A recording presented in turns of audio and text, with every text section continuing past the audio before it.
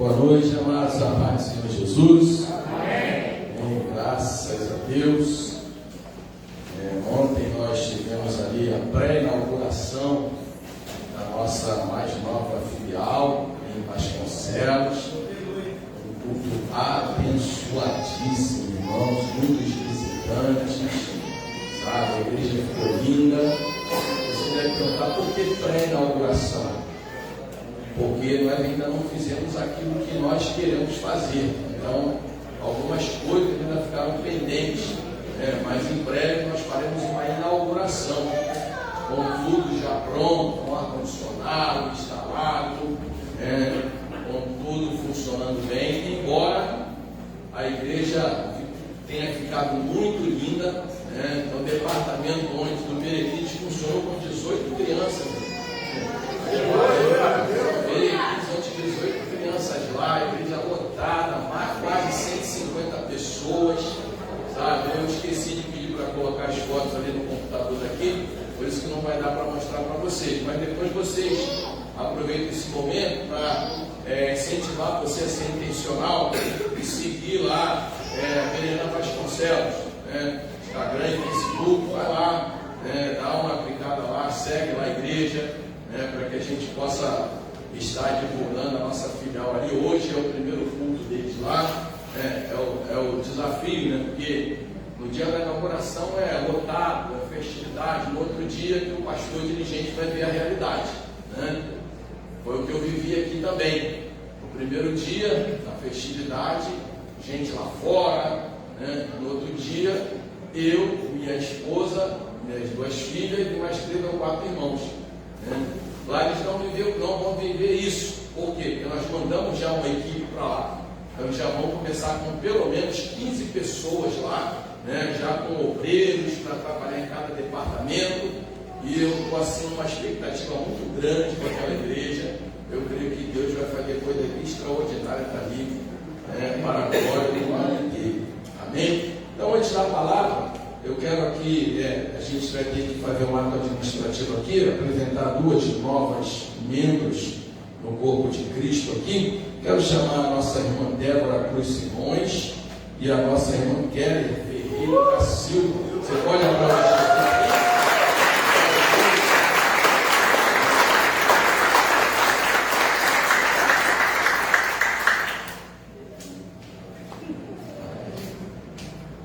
Essas 2 jovens aqui, as 2 jovens irmãs estavam frequentando aqui a igreja há algum tempo, orando, buscando direcionamento de Deus, se era uma vontade de Deus permanecerem aqui, e depois conversamos, tiramos algumas dúvidas delas, e elas entenderam que Deus queria que elas se afiliassem a nós e caminhassem conosco nesse projeto de expansão da Bereana aqui no Rio de Janeiro. Então, louvo a Deus pela vida de vocês, agradeço por ter escolhido a nossa igreja. Vocês poderiam ter escolhido qualquer outra igreja, mas eu agradeço por ter escolhido a nossa igreja, depositar a confiança no nosso ministério, e eu tenho certeza que vocês serão bênção aqui nesse lugar. Eu tenho certeza que no momento e na hora certa, vocês estarão colocando seus dons espirituais e talentos à disposição do reino de Deus, e vocês vão crescer muito nessa casa e nos ajudar a levar esse povo a crescer a cada dia, graça e conhecimento. Então, muito obrigado mais uma vez por vocês terem escolhido a nossa igreja, e a gente, como de costume, a gente entrega aqui um envelope, que tem aí uma cartinha de boas-vindas, e alguns outros detalhes aí, principalmente um bloquinho para anotação, porque toda Bereana tem que ter um bloco para anotar as mensagens, tá bom? Mais uma vez, Deus abençoe. A igreja recebe nossas irmãs.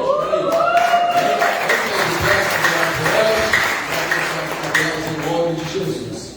Pai, em nome de Jesus, nós te louvamos pela vida das tuas filhas que decidiram caminhar conosco nesse projeto de expansão Bereana Rio de Janeiro. Deus, que tu possa, Senhor, suprir todas as suas necessidades, que tu possa revesti-las com graça, com conhecimento, a fim de que elas possam crescer neste lugar e ser bênção nesta casa. Para a glória e louvor do teu nome, nós oramos agradecidos em nome de Jesus. Amém e amém. Obrigado, queridas. Voltem aos seus lugares. Aproveitando que vocês estão de pé, fiquem de pé. Queria convidar você a abrir as vossas Bíblias na carta do apóstolo Paulo à igreja de Colossos.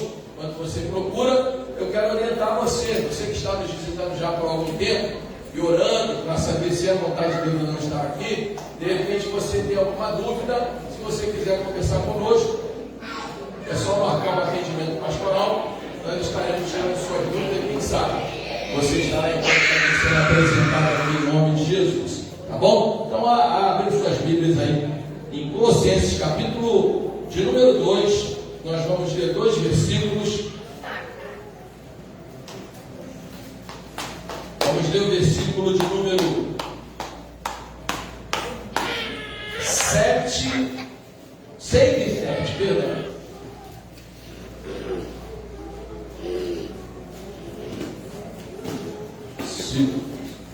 Colossenses 2, 6 e 7, só para ganhar tempo. Então eu vou fazer a leitura na NVI, tá bom? Pode estar um pouco diferente da sua versão, mas eu quero ler porque na NVI, a palavra que é base da minha mensagem, ela está mais clara aqui nesse texto. Diz assim: portanto, assim como vocês receberam Cristo Jesus, o Senhor, continuem a viver nele, enraizados e edificados nele, firmados na fé, como foram ensinados, transbordando de gratidão. Amém? Feche seus olhos com sua cabeça. Pai, em nome de Jesus, mais uma vez diante da tua presença, qual estamos. Neste momento queremos te pedir, ó Deus, a tua graça, a tua direção, a tua sabedoria, a fim de que possamos, ó Deus, discorrer acerca desse texto, segundo a tua boa, perfeita e agradável vontade, e que a palavra, Senhor, que será enviada, ela surta efeito nos corações e mentes nessa noite, e cumpra os objetivos pelos quais ela será enviada. Em nome de Jesus nós oramos e te agradecemos. Amém e amém. Podem sentar. Glória a Deus. Desliga aqui para mim no ar, então joga o vento aqui para cima, por favor. Então, queridos, esse texto é um texto muito interessante, assim como todos os textos da Bíblia são interessantes, mas aqui nesse texto nós percebemos o cuidado do apóstolo Paulo com os irmãos da igreja de Colossos.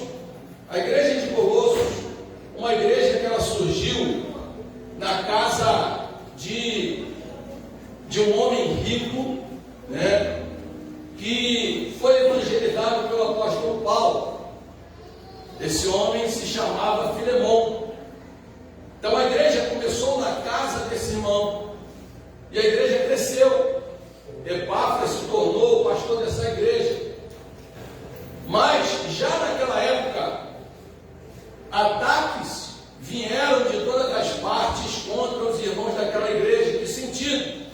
Ataques com ensinamentos contrários à palavra de Deus, novas ideologias, paganismo, situações totalmente contrárias àquilo que Cristo havia deixado como ensinamento para a igreja.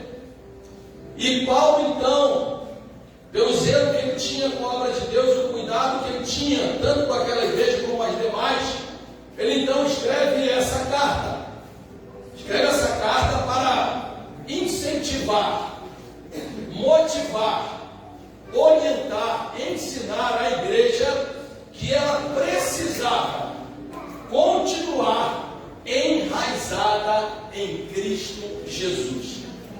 Ela não poderia se deixar levar pelas novidades que surgiriam, ou pelos assédios dos diversos segmentos religiosos, ou paganismo, ou ideologia, ou ensinamentos enganosos.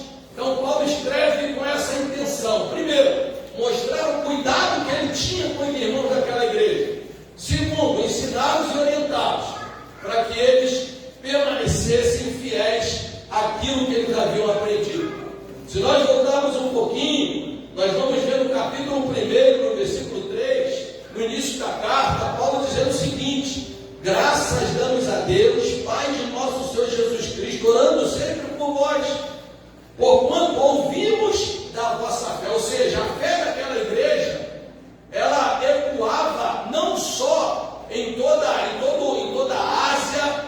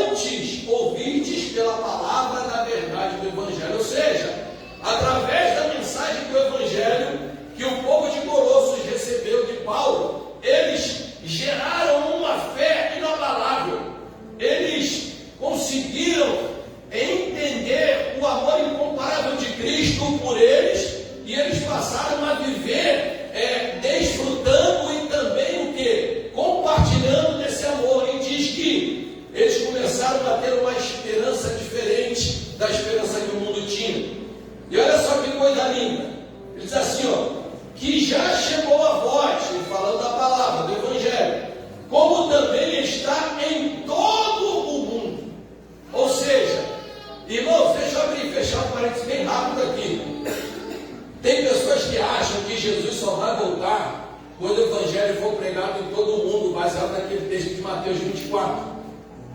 Mas na verdade, naquela época o Evangelho já tinha alcançado todo o mundo antigo. Aí você fica com uma interrogação. Se você ler o texto de Mateus 24, você vai ver que diz: então o Evangelho será pregado em todo o mundo e virá o fim. Aí não está falando do arrebatamento da igreja, está falando do fim. Como que o Evangelho vai alcançar todo mundo? Já foi feito um estudo que é impossível humanamente nós evangelizarmos o mundo inteiro pelo número de pessoas que nascem todo dia e pelo tempo de vida que nós temos. Então foi feito um estudo e chegaram-se à conclusão seguinte: para que nós ganhássemos o mundo inteiro para Jesus, cada um de nós precisaríamos ganhar por mês 120 pessoas e nós precisaríamos viver pelo menos 120 anos. Então é impossível humanamente evangelizar o mundo inteiro. Como vai acontecer isso? Vai acontecer após o arrebatamento da igreja, quando o quê? Quando Cristo depois se manifestar em glória. Então o Evangelho será reconhecido realmente em todo o mundo, porque a Bíblia diz que todo olho verá. Todo olho verá. Então fecha a parede e volta para cá. Então, queridos, aqui o apóstolo Paulo, nesse texto, ele fala coisas muito interessantes. Ele diz aqui, versículo 7: como aprendeste de Epáfras, nosso amado conservo, que para vós é um fiel ministro de Cristo, o qual nos declarou também o vosso amor no Espírito. Por esta razão, nós também, desde o dia em que ouvimos, não cessamos de orar por vós e de pedir que sejais cheios do conhecimento da sua vontade e de toda a sabedoria e inteligência espiritual. Há 3 tipos de inteligência. Surgiu agora uma quarta, que é a inteligência artificial. E segundo aí os cientistas de inteligência, não tem nada, porque a inteligência ela raciocina, ela não recebe só dados. A inteligência artificial atual pode ser que ela lá no futuro, até conversando com o nosso expert ali, irmão Raí, falou: pastor, a inteligência artificial já está raciocinando também. Mas as 3 principais inteligências: inteligência emocional, inteligência intelectual e inteligência espiritual. Foi descoberto pelos cientistas que existe no cérebro do homem, entre os 2 lóbulos do cérebro, um ponto que eles chamaram de ponto de Deus. Eles dizem que todas as pessoas que conseguem acessar esse ponto, que é chamado ponto de Deus pela ciência, ele consegue ter um equilíbrio sobre a inteligência emocional e sobre a inteligência intelectual.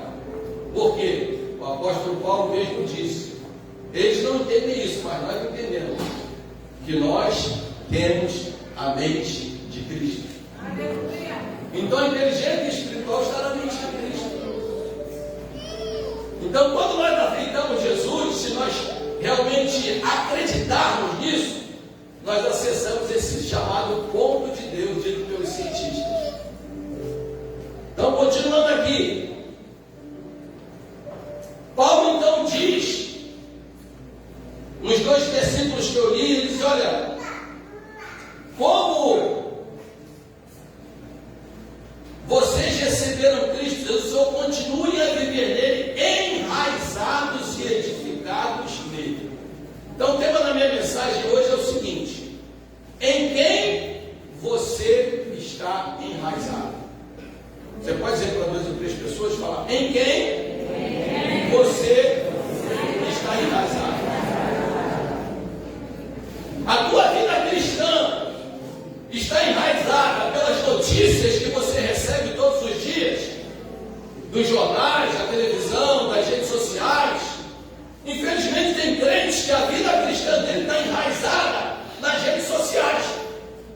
Ele dá mais importância ao que os profetas das redes sociais falam do que o pastor que o acompanha diz a ele. Vocês estão acompanhando as redes sociais aí. Vocês veem as loucuras que estão por aí agora, por causa da morte do Papa. Um terrorismo, sabe, colocando na mente das pessoas um monte de bobagem. Não, porque foi feito estudo que esse é o 8º Papa e ele é o último Papa. Falaram isso no anterior também. Não, depois que o Estado do Vaticano se tornou reconhecido, tivemos só 7 papas e ele que é o 8º. Irmãos, tivemos aproximadamente 266 papas. Como é que eu vou usar uma profecia dizendo que é depois do 8º Papa? Então tem surgido muitas novidades que têm arrastado as pessoas. E aqui no texto você vai ver também que Paulo diz que vocês não sejam dominados por vãs filosofias. Irmãos, o Evangelho, na boca de muitas pessoas, se transformou numa grande filosofia. E quando nós começamos a filosofar com o Evangelho, nós começamos a entrar pelo caminho da perdição. Quando nós começamos a colocar no Evangelho conceitos humanistas e deixar os conceitos da palavra, nós estamos correndo um grande risco de perder a nossa fé. Jesus certamente disse: quando porventura voltar o Filho do Homem encontrará fé na terra? Por que Jesus fez essa pergunta? Porque a ciência está evoluindo de tal maneira, irmãos, que muitas coisas que eram milagres não são mais.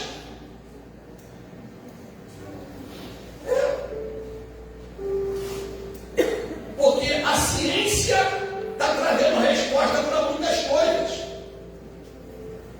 Por isso que a nossa fé em Cristo, ela não pode estar fundamentada somente na questão de uma cura, na questão de uma porta de emprego. Deixa eu abrir um parênteses aqui. Nós fizemos o culto do trabalhador na quinta-feira e nós oramos pelos desempregados, e naquele dia, na mesma noite, o irmão Alexandre se tornou empregado, abriu uma porta de emprego para ele, o diácono Alexandre. No mesmo dia, uma oração que foi feita foi atendida. Aleluia. Depois uma outra irmã me procurou: pastor, o senhor falou que clientes iam procurar a gente para fazer aquilo que nós executamos no nosso dia a dia para sustentar a nossa vida. A irmã falou assim: pastor, ó, eu recebi encomenda de 5 empadão num dia só. Aleluia. Fecha parênteses. Então, queridos, a nossa fé, ela não pode estar baseada só nessas coisas. Deus faz, Deus cura, Deus abre porta de emprego, Deus faz o povo prosperar. Mas a nossa fé tem que estar fundamentada em quê? Tem que estar fundamentada na morte e ressurreição de Cristo Jesus. Porque enquanto aquilo que nós esperamos que aconteça não acontecer, como é que a gente vai ficar? Então a gente abandona o Evangelho? Eu já estou 7 anos no tratamento quimioterápico. Eu oro para eu ser curado. Será que eu serei curado? Não sei. Se Deus quiser me curar, glória a Deus. Se Deus não quiser me curar, glória a Deus também. Então Paulo está falando sobre isso. A igreja está sendo arrastada, irmãos, conduzida por filosofias humanistas. Na aula de escola dominical aqui, a pastora Roseli falou sobre a questão do quê? Da neurolinguística. São técnicas que são usadas para manipular a mente dos crentes na igreja. Então eu pergunto mais uma vez: em quem nós estamos enraizados? E o que é estar enraizado?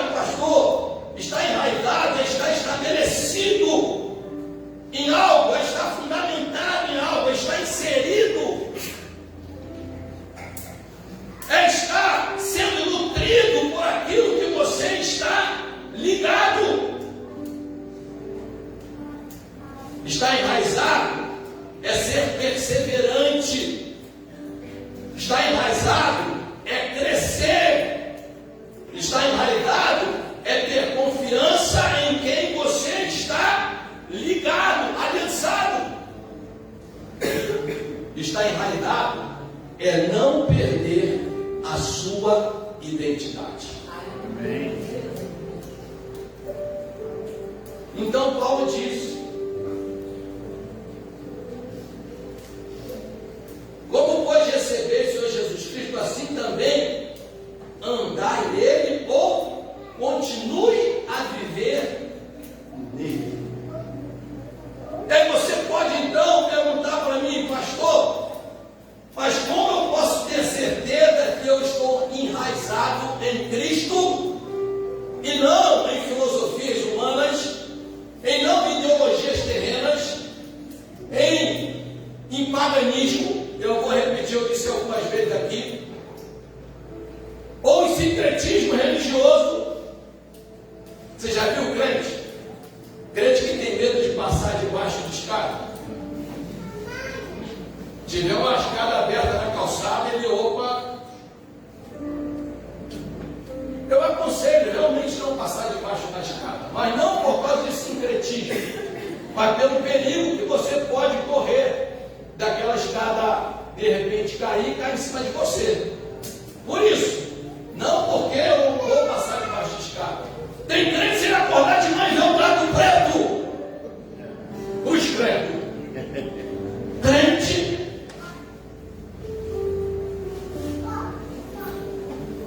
Tem crente, se alguém falar alguma coisa, ele bate 3 vezes na madeira. Está repreendido. Deus está falando aí. Tem gente, irmão, tem crente que tem chaveiro. Tem um chaveiro, um rabo de coelho.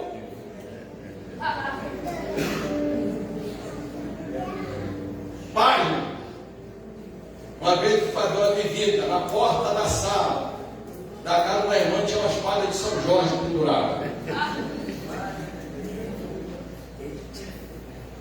Tem crente que não sai de casa antes de ver o horóscopo do dia. Você é de peixes? De aquário? Não, seu temperamento é sagitariano.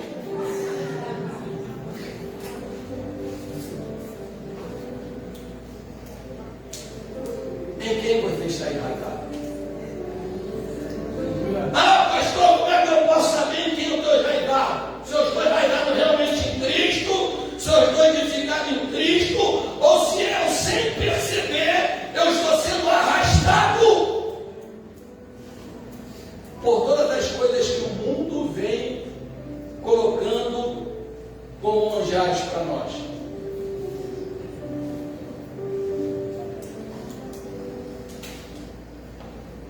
Então Paulo, ele quando usa esse termo enraizado, ele está fazendo uma metáfora da figura de uma árvore frondosa, de uma árvore bela, de uma árvore que dá fruto. Está querendo dizer que nós, de árvore na Bíblia, tem uma simbologia humana. Lembra de quando Daniel teve a visão da árvore, ele falou: essa árvore é tu, rei Nabucodonosor. Lembra? Então a árvore na Bíblia, em algumas vezes, ela significa a humanidade, o ser humano. Então Paulo, ele usa essa figura de linguagem para que o crente ele possa entender que ele é como uma árvore que precisa ter raízes, porque uma árvore com raízes rasas, ela é facilmente arrancada pelo vento e pela tempestade. Então, quando ele fala que está enraizado, é ter raízes profundas. E a Bíblia usa várias árvores como símbolo do povo de Deus. A Bíblia usa a figueira, a Bíblia usa até mesmo a oliveira, embora Jesus disse: eu sou a oliveira verdadeira. Mas a Bíblia também nos coloca, como o salmista diz: eu sou como a oliveira verde.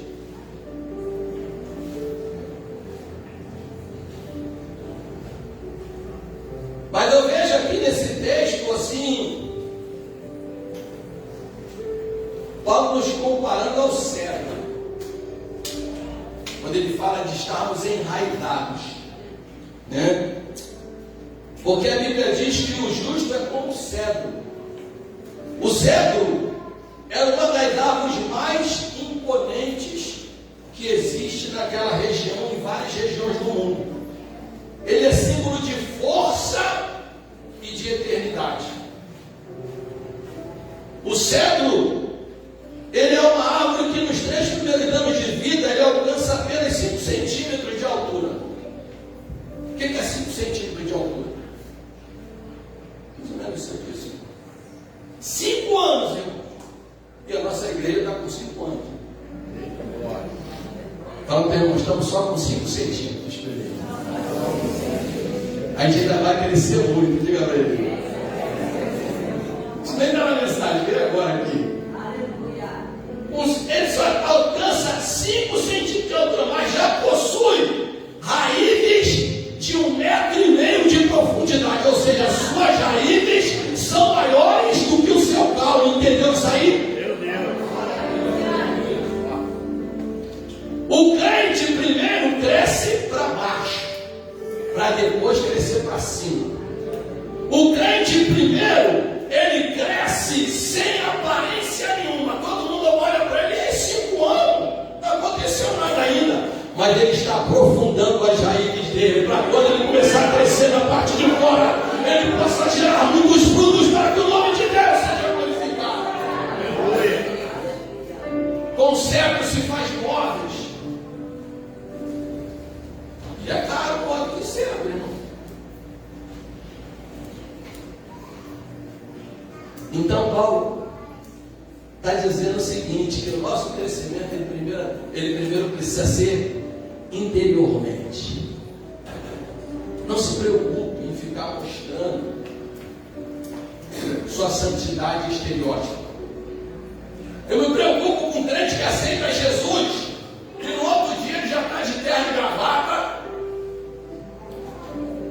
ou a irmãzinha já está nos copos, no vestidão, nos mangão. Eu me preocupo, sabe por quê? Porque normalmente a pessoa assim, ela não vai muito longe.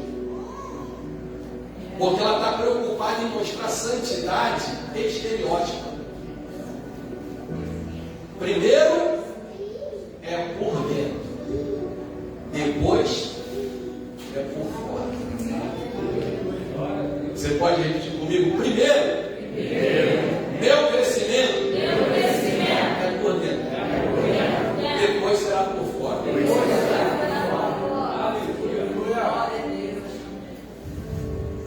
Eu lembro de um irmão que, quando eu pastorei uma igreja, ele chegou na igreja super empolgado, né? Pela misericórdia de Deus, Vasconcelos, eu acho que é a 7ª igreja que a gente planta. Às vezes, quando até falo, Senhor, me ajuda aí, porque precisando agora. Não, foi um mês de 20 dias, todos os dias ali em Vasconcelos. Eu, o pastor William e o diácono Alexandre, nós 3, todos os dias. E alguns outros dias, alguns irmãos foram lá, porque eles não tinham disponibilidade. Foram 120 dias para transformar aquilo ali numa igreja. Num tempo. A gente não transforma prédio em igreja, num tempo. A igreja que os irmãos foram colocados lá. Então, plantar uma igreja é difícil. É uma luta muito grande. Mas por que eu disse isso? Porque quando eu plantei uma igreja no bairro aqui próximo, não vou dizer o nome nem a igreja, e aí chegou um irmão empolgado. Pastor, ó, em um ano eu vou botar 350 pessoas nessa igreja. Eu tenho um projeto que vai fazer a igreja crescer em um ano. Então tá bom. Então você pode traz o projeto para dar uma olhada. Aí eu trouxe o projeto, foi excelente. Então pode colocar em prática.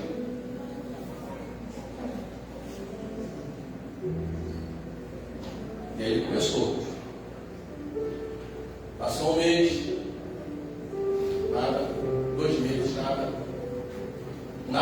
ele estava fazendo.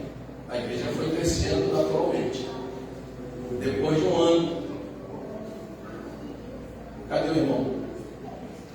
Ele foi embora. Por quê? Ele não estava enraizado em Cristo. Ele estava enraizado em projetos pessoais. Então, por isso que nós precisamos primeiro crescer para baixo e para dentro, para depois crescer para fora.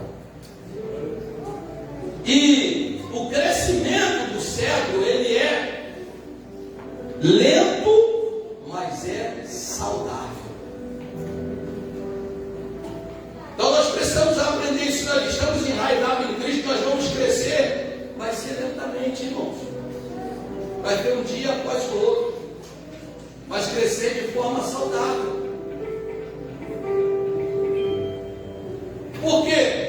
Porque o cérebro ele vai buscar, a gente do cérebro vai buscar nutrientes na fonte de água que passa no subsolo. Ele não pega nutrientes na superfície. Ele pega lá no subsolo, nos lençóis freáticos, onde passa aquela água pura. E outra coisa interessante que eu acabei de ver agora aqui, ele só produz semente após 40 anos. Beliana está fazendo 40 anos esse ano. Meu Deus. Diga para 2 ou 3 pessoas, se prepara. A partir desse ano, o que vai gerar de semente e de fruto nesta casa, na tua vida, na tua família, vai ser coisa extraordinária. Você chegou a essa igreja num tempo de crescimento. Te prepara, você vai crescer.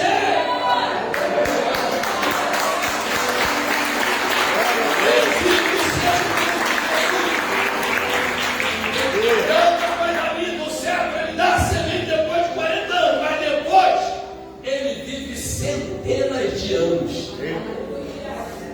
Glória a Jesus. Então, o que eu devo fazer para permanecer enraizado? Ou como eu vou saber se eu estou enraizado? Em primeiro lugar, esteja enraizado na palavra. Não esteja enraizado em culto aos homens, em culto aos anjos, em filosofias humanas, em tradições terrenas. Não! Fique enraizado na palavra. Diga para 2 ou 3 pessoas aí. Fique enraizado na palavra. Quem está enraizado em Cristo está enraizado na palavra. Ele não está enraizado na experiência dos outros. Ele não está enraizado em eu tive uma visão. Deus também dá visão. Mas a maior visão revelada é a palavra de Deus. Muita gente se enganada, irmãos. Ah, porque eu vejo isso, está vendo nada.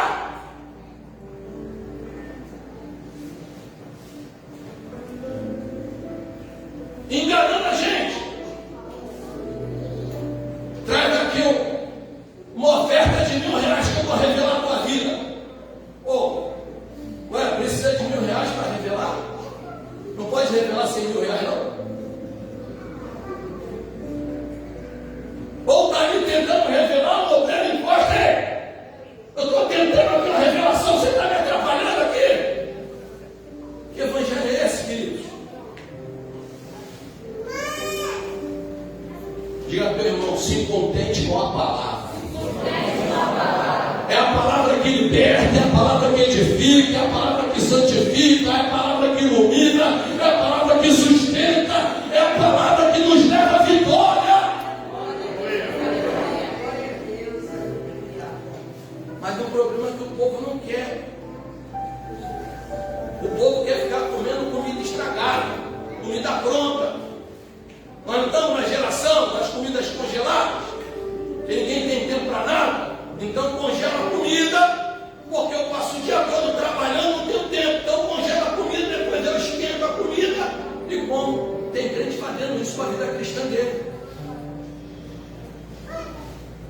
Ele está ouvindo mensagens que foram aquecidas. Irmãos, deixa eu dizer uma coisa aqui, os pregadores dessa casa me ouçam dessa noite. Queridos, vou pregar, ore, jejue e busque a revelação de Deus. Não vai no teu arquivo de mensagem, não te garanto. Senão você vai pregar o que não deve. Eu não sou contra você ter um arquivo de mensagens. Se Deus falar contigo, vai lá e pega aquela mensagem, tu vai pega. Agora, se você não teve tempo para preparar uma mensagem, é melhor dizer para uma pessoa: olha, prega hoje aí que não estou em condições não, do que você falar o que você não deve. Eu não estou falando o que acontece aqui não, estou dando orientação. Santa Ceia é para o pastor orientar o rebanho.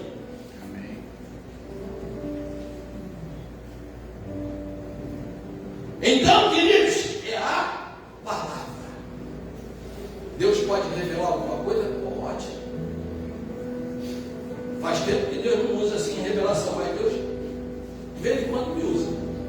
Eu me lembro que lá na Vila Quente quando eu dirigi a igreja lá, meu apelido era caçador de profeta. Porque eu vi a vida dos profetas envolvido com um monte de coisa errada, depois vem profetizar para mim. Ah, não. Uma vez o profeta chegou em casa, bateu na porta, eu atendi, e assim diz o Senhor. Eu falei: então diz, Senhor. Está vendo aquela senhora lá em cima na cadeira? Eu vim dizer para você que dentro de 24 horas ela vai voltar a andar. A minha avó tinha tido um AVC, tinha ido para a cadeira de roda. Eu falei: só que a mensagem chegou atrasada, querido, porque ela já está andando um mês. Glória a Deus. Aí diz: a Deus manda dizer também que Deus vai te levantar como pastor nessa terra. Eu falei: está atrasado, porque eu já sou pastor há 5 anos.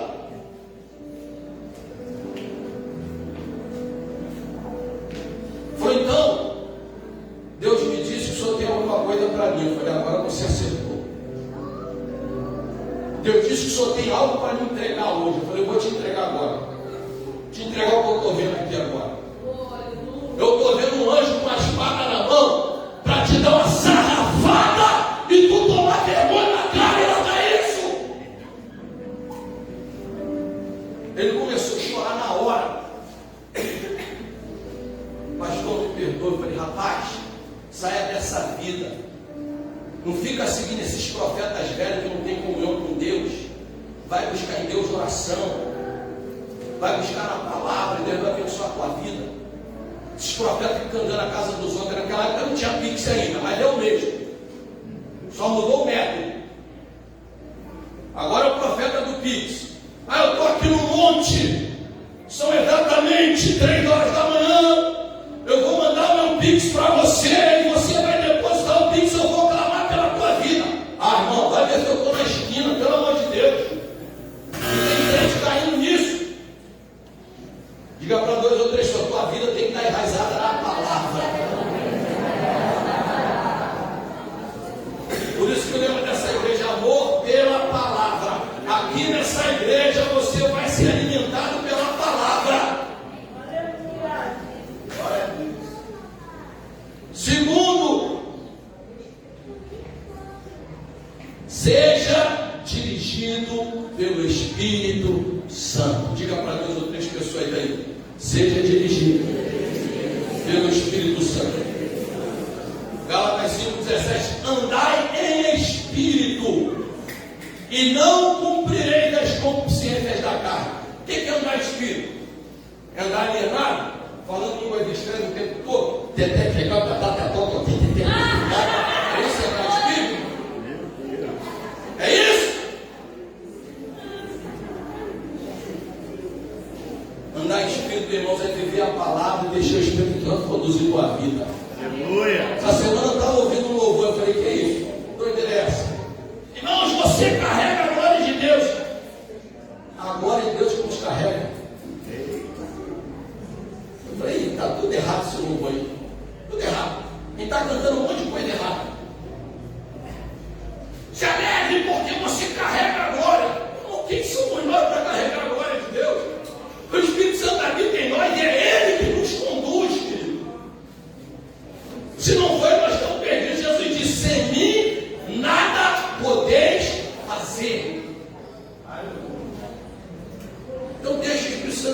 tua vida.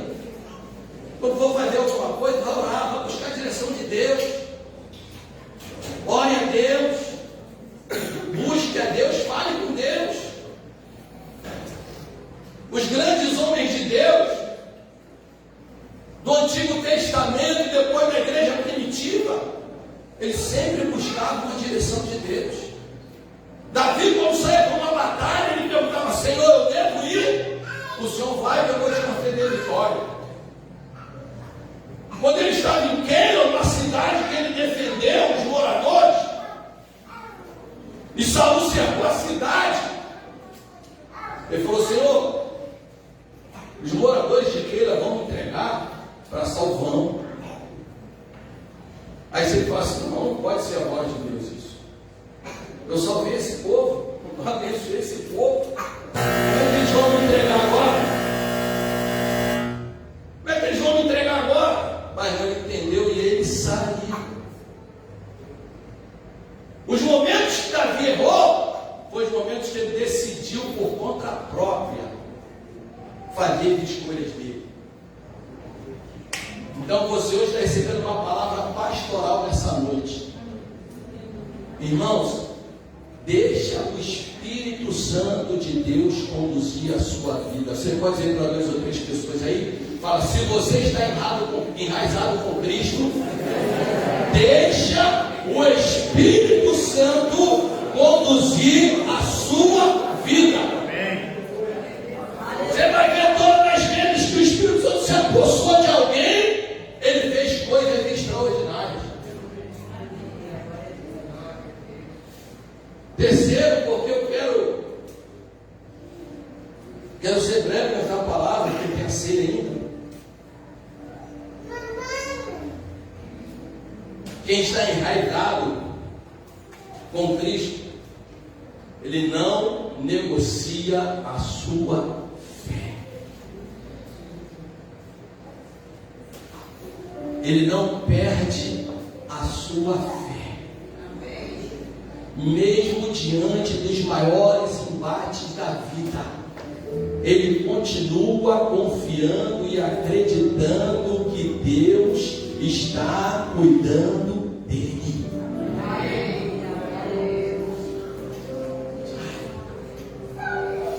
Quem conheceu aquele livro que foi escrito na década de 80, início de 90 ali, próximo de 90, Super Crente? Quem conheceu esse livro? Esquece. Nesse livro falava que crente não fica doente, carro de crente não fura pneu,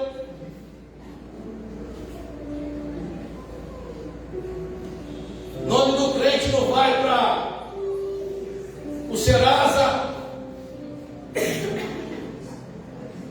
Irmão, não se cuida não para mim. Não troca o pneu do teu carro quando você vê aquele suco que está pequenininho, para ver se ele não vai estourar no meio do caminho. Não paga as contas indianas para ver se o nome não vai aparecer no Serasa lá. E nem um videozinho que eu vi esses dias. O crente chegou na concessionária: em nome de Jesus eu vou comprar esse carro. Aí apareceu um bonequinho do lado dele: no meu nome não.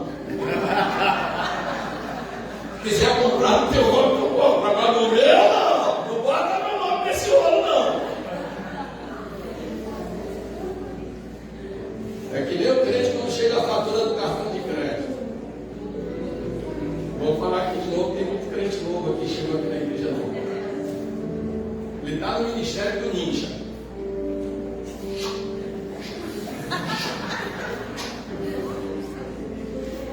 Quando chega a fatura, ele falou: pastor, olha que o diabo está revoltado comigo.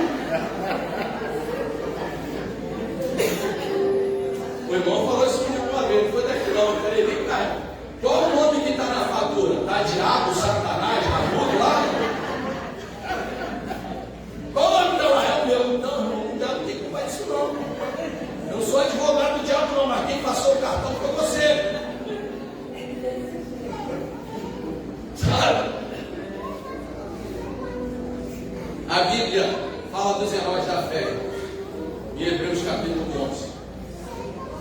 Você vai ver tudo que eles fizeram pela fé. Pela fé, Noé construiu uma arca. Mesmo antes de nunca ter chovido na terra, só caiu orvalho. Pela fé, Abraão saiu e foi para uma terra desconhecida. Pela fé, Josué viu as muralhas de Jericó caírem.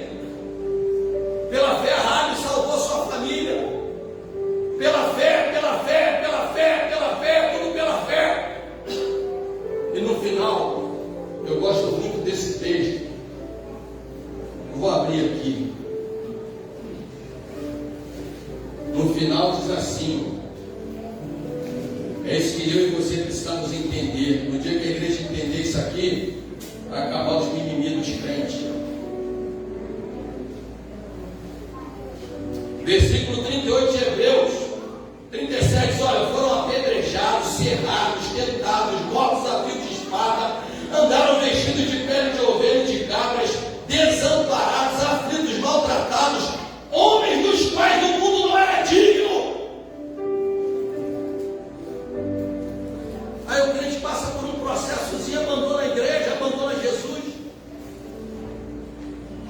Aí ele diz: errantes pelos desertos e montes, e pelas covas e cavernas da terra, e todos estes, tendo tido testemunho pela fé, não alcançaram a promessa.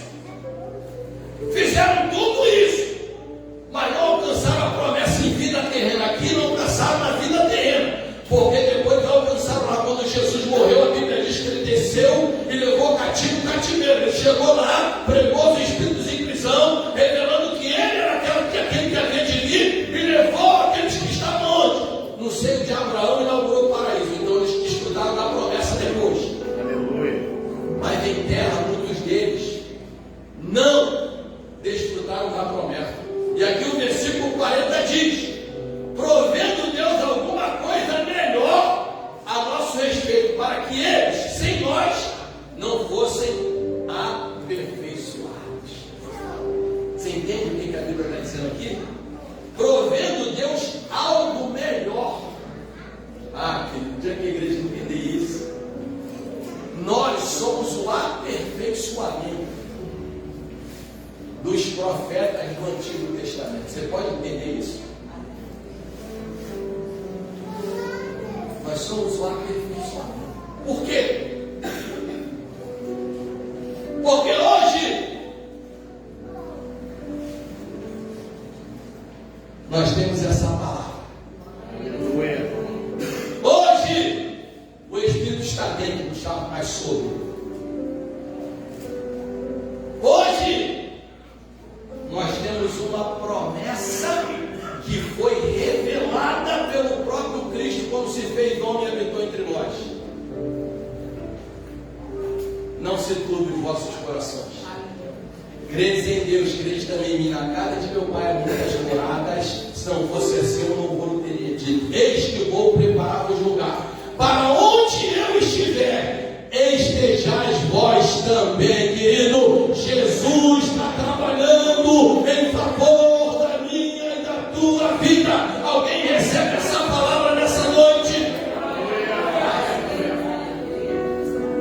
É pela fé, queridos. O justo viverá da fé. É a fé que vence o mundo. Não é a fé em crendices, é a fé em Cristo Jesus. Irmão, Jesus precisa ser suficiente para nós.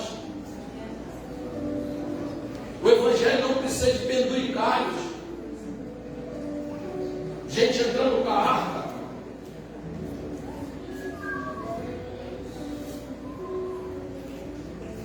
Não precisa.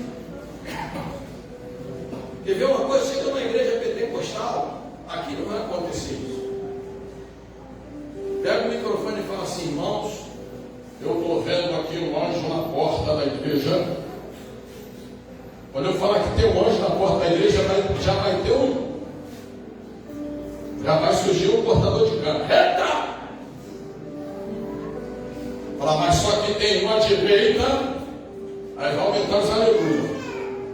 Tem outro à esquerda, vai aumentar os glória a Deus.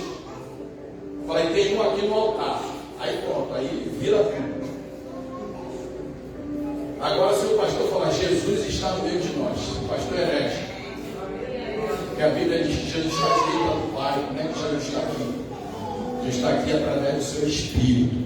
Ele disse, onde estiver dois ou mais reunidos no meu nome, eu estarei presente. Jesus está aqui. Glória a Deus. Jesus está aqui olhando para cada um de nós, olhando nossas dores, nossos sofrimentos, tudo que nós temos vivido. Mas nós precisamos crer que Ele continua no controle. Diga aí para 2 ou 3 pessoas, por maior que seja a tua luta, não perca a sua fé. Jesus continua no controle. Aleluia. Amém. A fé é o nosso escudo, a fé é o nosso abrigo, a fé é o nosso sustento, a fé em Cristo. A fé nos faz ver o invisível, crer no inacreditável, superar o insuperável, suportar o suportável, vencer o invencível, conquistar o conquistável. É fé. Por isso que a Bíblia diz: o justo pela sua fé viverá. Eu não vou viver da fé de vocês, nem vocês da minha. Embora a Bíblia diz imitar a fé dos nossos pastores, mas você tem, cada um de vocês tem um nível de fé. E a Bíblia diz que só quer que temos, Jesus disse que Ele só quer que temos uma fé do tamanho de um grão de mostarda. Quando eu estive lá no Museu Nova Jerusalém, lá, eu ia comprar o grão de mostarda para trazer aqui, eu acabei esquecendo.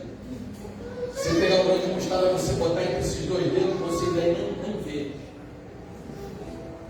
Então Deus não exige de nós uma fé gigante. Ele só quer de nós uma fé do tamanho de um grão de mostarda. Só isso.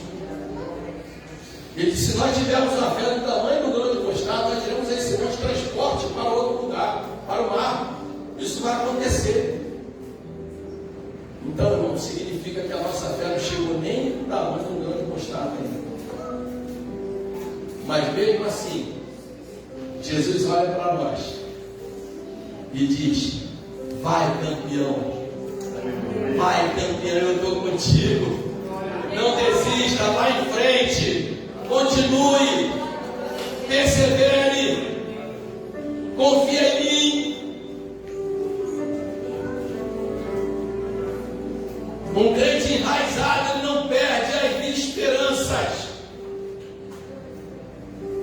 Olha só o que diz o texto de Jó.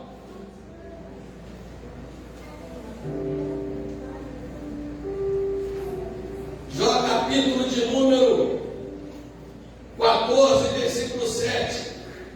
Porque há esperança para a árvore, que se for cortada, ainda se renovará, e não cessarão os seus frutos. Se envelhecer na terra a sua raiz, e morrer o seu tronco no pó, ao cheio das águas brotará e dará ramos como a planta. Ou seja, o tronco pode ser cortado, pode cair as folhas da árvore, mas se a raiz estiver ainda intacta, vai dar fruto, vai crescer, vai prosperar. Então, queridos, não desista, mantenha a sua fé enraizada em Cristo.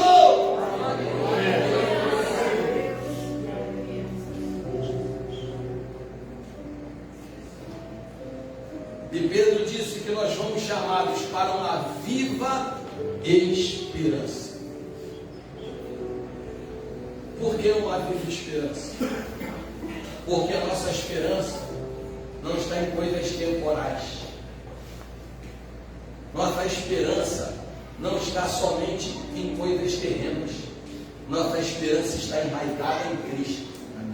Então a nossa esperança é viva, como disse Pedro na sua primeira carta, ela é viva porque ela está num Deus vivo. Ela não está num Deus morto.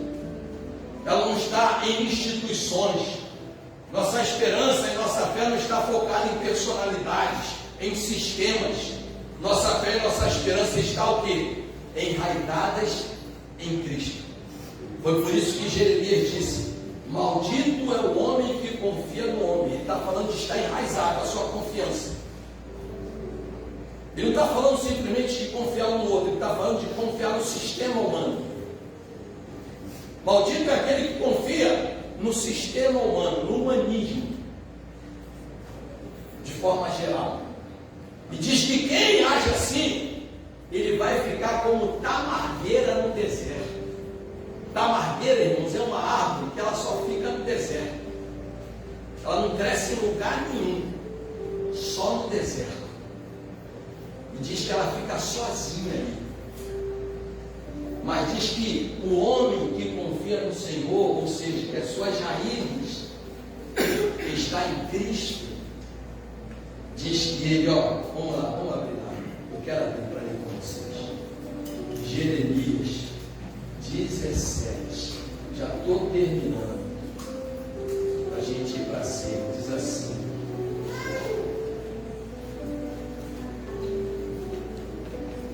olha só. Assim diz o Senhor: maldito homem que confia no homem e faz da carne o seu braço e aparta o seu coração do Senhor. Ele passa a confiar nos homens, nas pessoas, no sistema. Porque será como tamargueira no deserto, não sentirá quando vem o bem. Sabe aquele crente que quando está tudo bem com ele fica desconfiado? Fala: se está tudo bem, tem alguma coisa ruim para acontecer. Para com isso, querido. Está tudo bem, vai melhorar. Diga para ele aí: está tudo bem, vai melhorar. Se está ruim, vai melhorar também. Sabe, ele fica assim: está tudo muito bem, meu Deus, vai acontecer alguma coisa.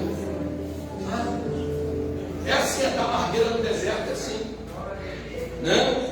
Aí diz: na terra salgada é inabitável. A igreja é o sal da terra. Então tamargueira não sobrevive no meio da igreja.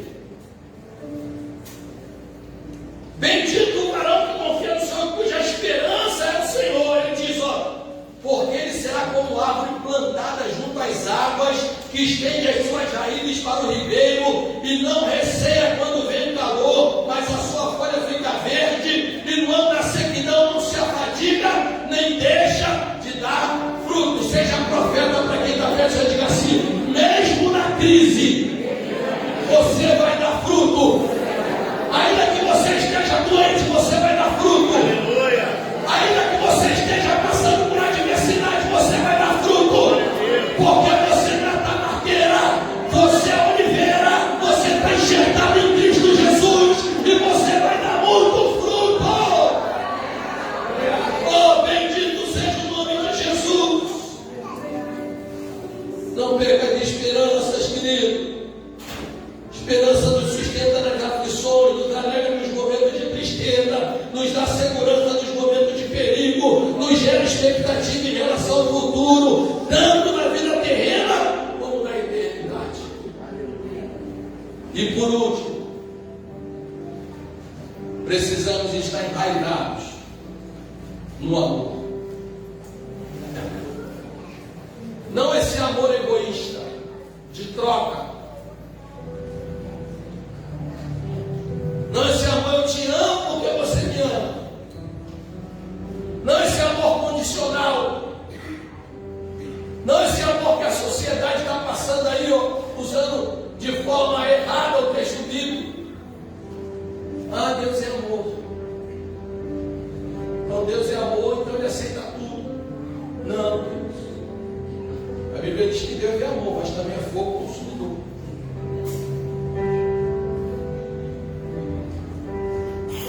Amor, além de ser também um sentimento, ele é mais do que isso. Ele é uma escolha. Somos nós que escolhemos amar. E a Bíblia diz que Deus nos amou primeiro. Ainda quando éramos pecadores. Amor é entrega. Deus entregou seu Filho Jesus por amar a humanidade.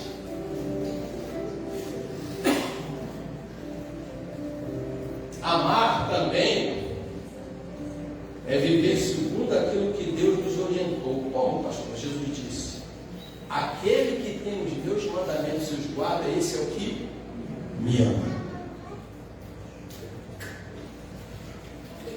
Pedro negou Jesus 3 vezes. Jesus perguntou 3 vezes para ele: Pedro, tu me amas? Quando você vai olhar o texto do grego, está falando tu me ama e está por filhos. Aí Pedro: sim, eu te amo. Aí ele repetiu de novo: filhos, tu me amas? Sim, eu te amo.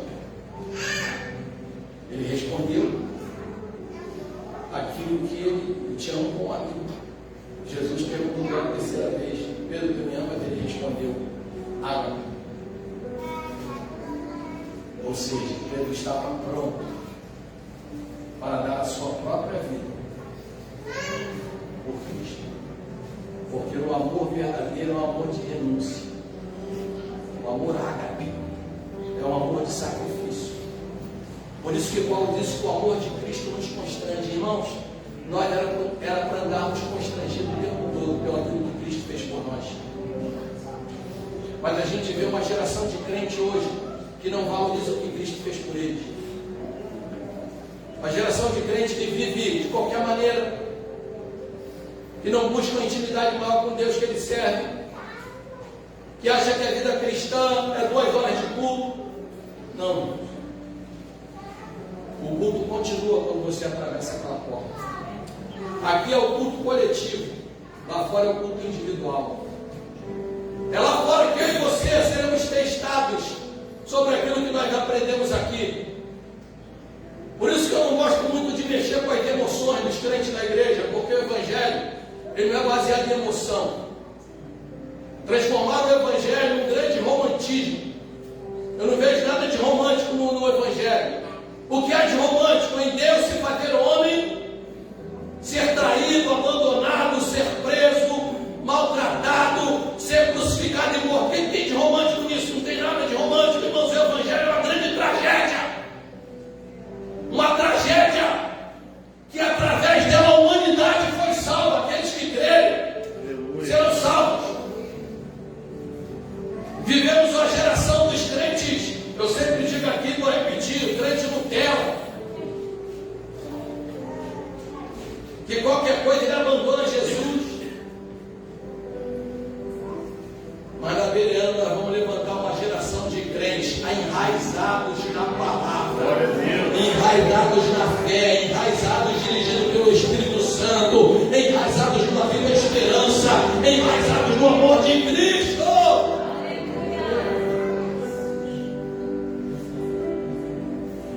Porque quem ama, irmãos, não abandona e nem larga.